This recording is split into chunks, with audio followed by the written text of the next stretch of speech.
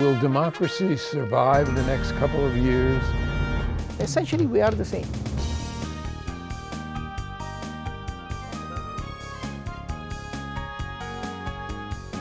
There are so many needs that Minnesota has.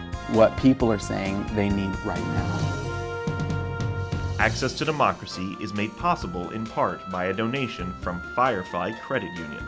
Firefly is the new name of U.S. Federal Credit Union, which has proudly served the financial needs of the greater Twin Cities community since 1925.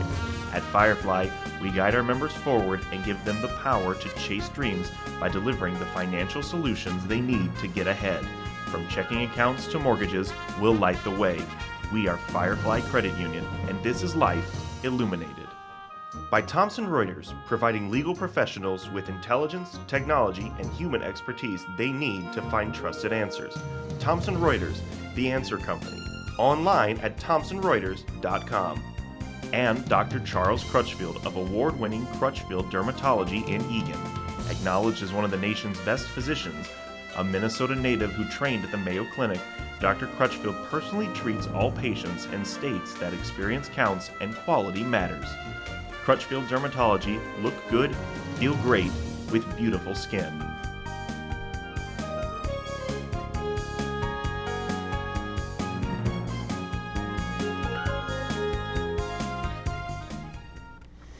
Welcome. Access to Democracy returns, which is my usual line. Alan Miller here, which is also my usual line, and a return guest. And that's her usual line, Representative Sandra Masin, better known to us as Sandy, from District 51A here in Minnesota. Has been here many times, and welcome back. Oh, thank you very much, Alan. It's always fun to do this. So we just completed a pretty contentious legislative session in which, because the Senate is a one-vote majority Republican, we didn't get done as much as we had hoped we would get done, and ran into some stumbling blocks. But what was the high point in your estimation of this Senate session, of this legislative session? The whole legislative session, I would say the three things to me. One was the fact that we finally passed the Elder Abuse Protection Bill. That was really important. The fact that we were able to keep the provider tax, because that meant access to health care for like over 1 million people. So that was huge and certainly very controversial. And then the fact that we kept the education for the K through 12 at 2% and 2% on the formula, which was an achievement, because again, the difference between the House and the Senate this year was pretty stark. And the Senate had 0.5% for that increase this year. And even the 2% is still not getting many of our school districts out of the hole that they were put in from the cuts when Peleni was governor. And education has become, particularly K through 12, more expensive. There's no question about it. And they're dealing with a lot more problems as well. And you know, in addition to the problems that we know about, and of course, as teachers teach longer, they get more money and things like that. That all goes into the budget. But notwithstanding that, there are a lot of problems, and there are still a lot of teachers who are paying for the supplies in their classrooms. There is still some overcrowding. There is still some books that are really antiquated, that really defy education of our students, because the world is moving much faster than a 30-year-old textbook. And these are all problems that you deal with in the legislature. And it is tough. I remember being in one of our middle schools, and this goes back a few years, and the teacher was really excited because this is social studies. He was handing out a new textbook, his first new textbook they'd had in 10 years. And when you think about how many countries have changed and all the things that have transpired over the last couple of decades, that's huge. I even think about how this one has changed in 2 years, and I shudder. So that's a whole different ballgame. But exactly. one of the things that people think when they say, oh, these legislators are overpaid, they only work from January to May. The fact of the matter is, they don't know that hearings and legislators go year-round. The session goes from January to May. Exactly. But the work goes from January through December for the year. And for instance, you were just at a legislative, I think, reform committee meeting within the last few days. Tell us about that. Okay, this is really exciting. This is one of the newer committees that was added this session. Representative Gene Pulowski is the chair. He had done something similar going back to maybe about 13, 14, I think it was, and came up with a whole list. Unfortunately, we didn't implement many of those suggestions at that point. I think we tried two. One was where the fact that every bill was timed how long it would take, say, and it's by our rules committee, so they know how long most bills are going to take.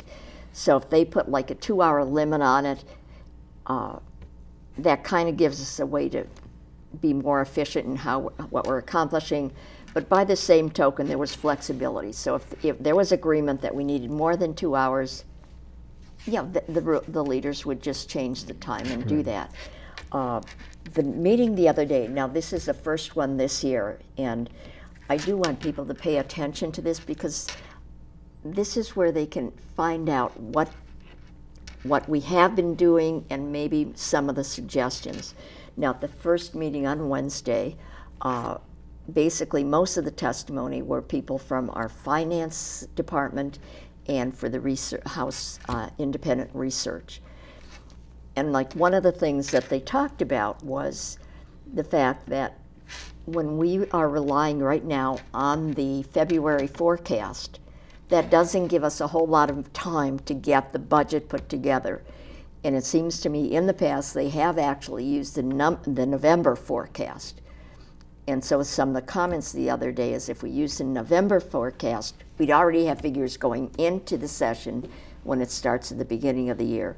And we would just have to maybe, make some adjustments after the February comes out. Especially because we always end up, at least where there's a split in the two parties, we end up at the last minute rushing things through big bills that people really haven't had a chance to even look over thoroughly because they're working on a budget forecast that came out in February and they have to adjourn by the second Monday in May.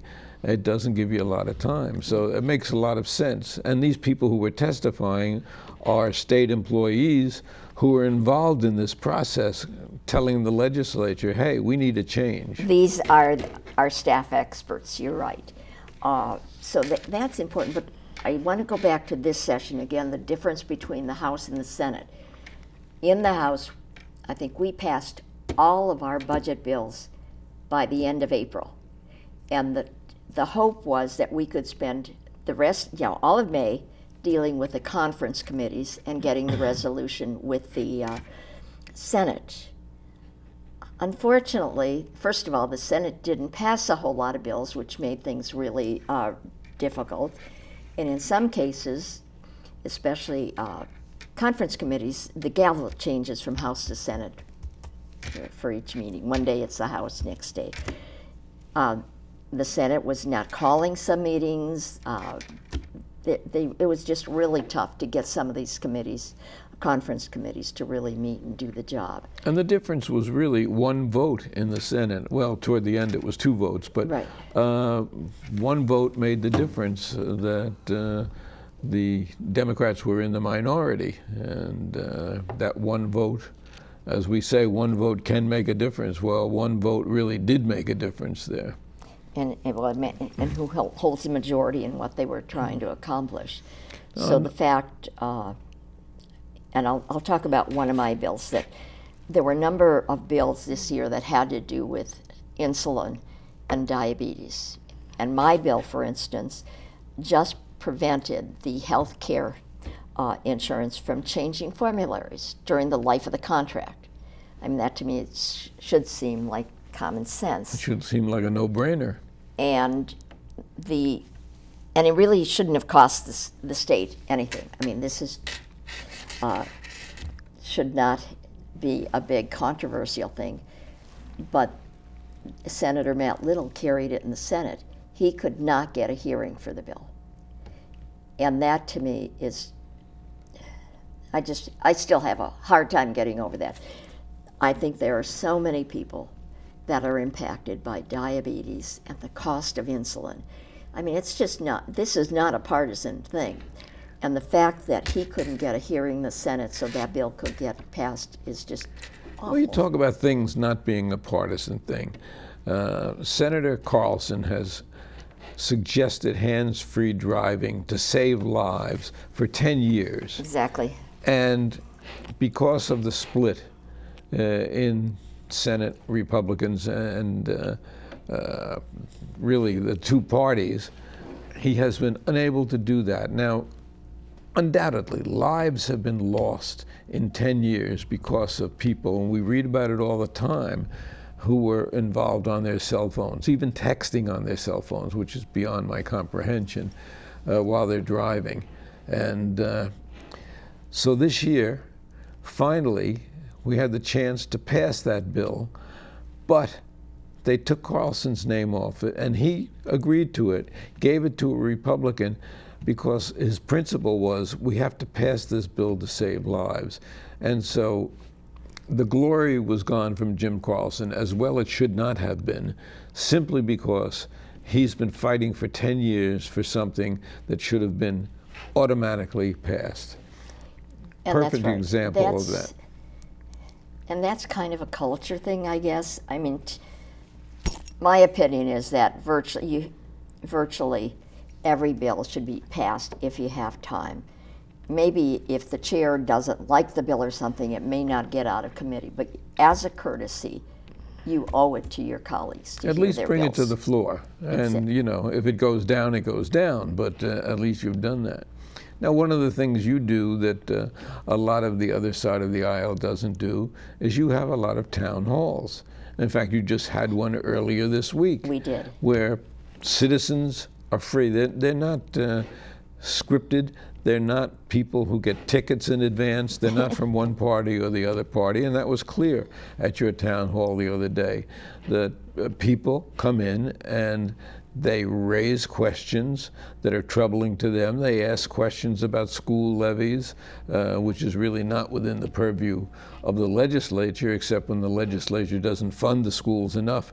The school districts are forced to have levies, and it's really an exercise in democracy. You do that regularly. Some of the other people don't do that as regularly. And I think that's an important part of democracy. I think Senator Carlson and I both think that's a really important way of, first of all, trying to keep our constituents informed. Because in Eagan and Burnsville, we don't have a daily paper, and we also don't get the coverage that the major papers give to well, St. Paul and Minneapolis. So it's really important to me that we are able to touch base and keep people get their views, and especially if we're in the community, it makes it really close for them to be able to come.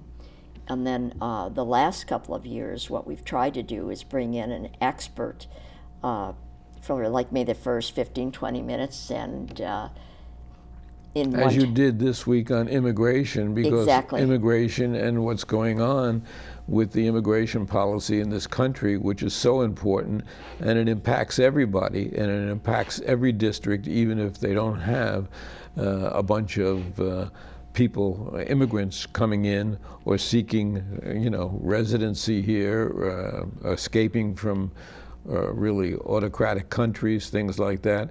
And you had the expert in, and she talked, and then she answered questions about immigration, and people had a lot of questions about it.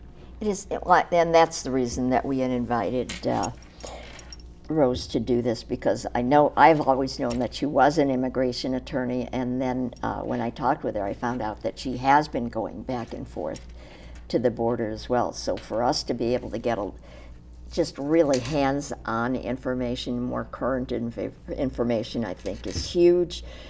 And you know, I mean, between Minneapolis and Minnesota in general, I mean, we are pretty open to immigration in the first place. So to kind of see what's happening at the southern border is atrocious. And the one place we have the largest Hmong population in the country right here in Minnesota, which is strange. We have a tremendous Somali population here in Minnesota. We have the first Somali elected to Congress right here in Minnesota. And so immigration does impact Minnesota, which people wouldn't think because it's not on a border. Well, it is on the Canadian border, but we're talking mostly about the southern border, which has been the focus of the problems of late. And it's, yeah, I think the main thing that was brought up during the meeting is the humanitarian aspects of this. But I think even more, if you really think about it, how much money the federal government is spending on and in my opinion, a situation they keep making worse and worse with everything that they do. But that means if they're spending money on various things at the border, they're not going to be spending money on things that will be impacting Minnesota, like our infrastructure and other things. And for even, you know, that reason alone, it is important to us. You have to deal with things that are not romantic issues also, such as the Burnsville landfill, which has been a problem for decades. So what's doing with that? Okay, the one that's been the most controversial is the closed landfill, which is a freeway landfill.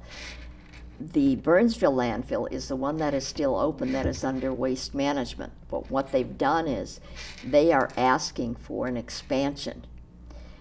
And so the meeting Monday was held by the Minnesota Pollution Control Agency.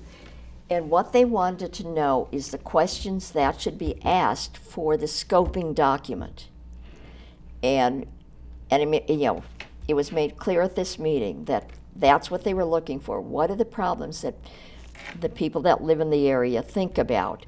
And that should be considered before any approval, or maybe not. Because landfill is a hot button issue if you live in that area. Exactly. Yeah.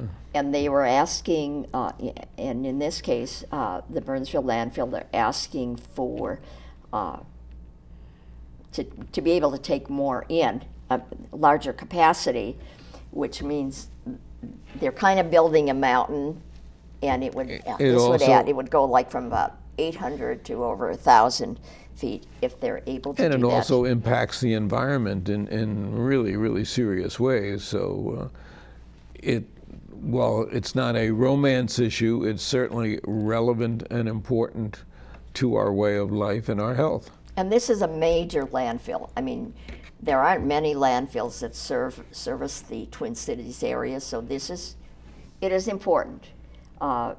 So the fact is that, let's see, I think people have maybe about two more weeks or so to get their questions or their concerns to the MPCA. The other night they were taking verbal testimony, but from now on it will be written. And so, as I said, this is really important for the people that live in this area in particular. And again, the session is over, but the legislators continue to work. There's still work to be done. Now, I know that you authored several bills and you co-sponsored a lot of bills. Which of those is your favorite or are you most proud of this session? Probably the ones that did. The one that I would have liked to have gotten passed was the stagger terms for the Met Council, but that didn't get through. The one that one of the ones that did get through, however, was the one about testing the software. We know that a lot of problems have taken place over the last couple of years regarding the MENLARS system. We've had some other problems in the past as well. And so my bill just says from now on, it is the law that if the state does institute a new software program, they have to do preliminary testing with everybody that uses it. So it's more of a comfort language. I mean, best practices mean it should be done, and according to the agenda for the MNLARS, it should have been done. However, it was So that not. we don't have another MNLARS disaster, Exactly. which then ultimately not only costs tens of billions of dollars, but one company gets thrown out and another company has to come in. We've had all sorts of delays, things like that, and it impacts the state very negatively. Exactly. I mean, this is, obviously what we've gone through for the last couple of years has had a huge impact. What about drug benefit transparency? You had been involved in that. And actually there were a number of bills that, as I said, the focus for many of us was just mainly on the diabetes and the insulin, but nevertheless, just the cost of drugs in particular. So the one bill that did get passed will place more oversight over what we would normally call the middlemen, the people who are the actual ones that kind of tell the doctors or whatever which drugs should be used, et cetera. So that is passed. There's still a number of bills that did not get passed that I find worrisome because it is the cost of drugs that has such a substantial impact on the cost of health care. Now, as we sit here today, the federal, who is it now? Acosta, who was has resigned, the head of Labor Relations, the Commissioner of Labor Relations has resigned as peripheral to the sex scandal involving Epstein. And he's gone because of his handling down there as the U.S. Attorney in Miami of this scandal 8 years ago or 9 years ago. There was a bill here about the statute of limitations on sex crimes this year, was there not? There was, and the one that I think was really important was the one that will, has to do with rape of a woman by her husband. In many cases, just the way the statute read. Marital rape. And that to me was a huge one to get passed because it's been really difficult to challenge that, and some that of the bill stories, did get passed, it did get passed, and some of the stories are quite. What about the quite statute graphic. of limitations in sex crimes? Wasn't there a bill about making it unlimited as it is in the federal courts? There are a couple of things, and I remember when maybe a couple of years ago when we were dealing with particularly child abuse because of some of the issues that we've been dealing with for the last at least half a dozen years. We did change it so that, yes, there would be a longer time. For the ones before, we kind of gave them some time to get current and get into the courts to get their cases settled. But going forward, I think what we know again and again is that for people that have been impacted or abused as children, it takes them years before they are really able to cope with it and talk with it. And I just remember one of the first constituents that called me when I was elected was a woman that had been abused by a nun in a private school. And that one is, and it's not the nuns that have been getting the attention so much. That is starting to change now as well. It's been the priests, but it's also parents and step-parents and foster parents, and so the fact that we're beginning to recognize the fact that these people who are victimized can't even deal with it, perhaps for a dozen years or even more, and we're seeing that on a federal level also. That statute of limitations had to be changed. Right. I mean, it's just not fair. I mean, and I know that I think some of our federal officials have said, didn't understand why some people were not reporting it early on. It takes a lot for people to try to get their lives past that incident.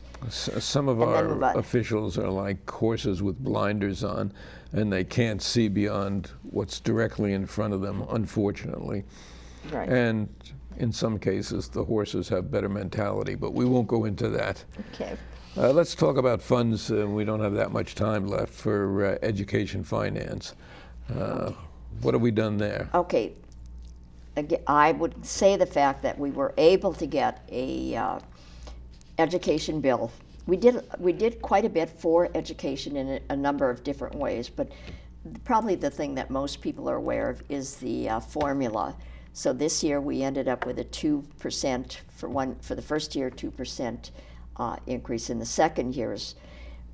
But I do want people to be aware that out of the House, we had placed originally 3% for the first year, 2% for the second year. The reason being is that so many of our school districts still have holes left from all the cuts that were made when Peleni was governor. And so even while I met with one of my school districts recently, I mean, they were pleased with the 2 and 2. They're still going to go out for a referendum because they still want to be able to provide the services that their constituents want. But what was important here, again, talk about compromise.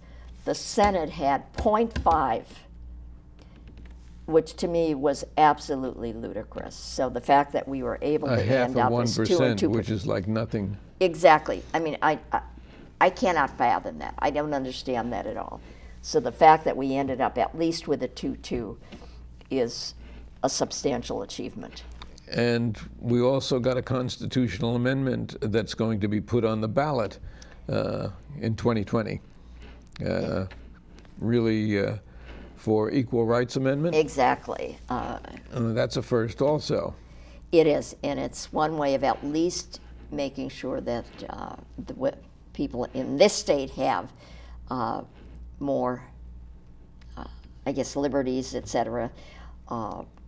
But we still, in the House, well, both in the House and Senate, we passed, there were 2 bills. One for the ERA for Minnesota, but we still need to get the ERA passed at the federal level. And, I mean, some of us have been working on this for such a long time, and maybe, I guess sometimes some of the young people, because of the advances that we have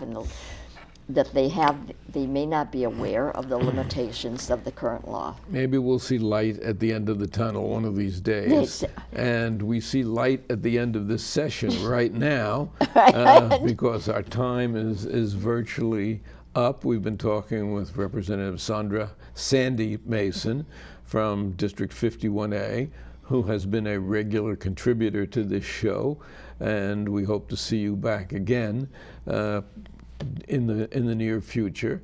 So many things we didn't get a chance to talk about, but thanks so much for coming in. Oh, thank you very much, Alan. Thank you. As I said, it's always a pleasure.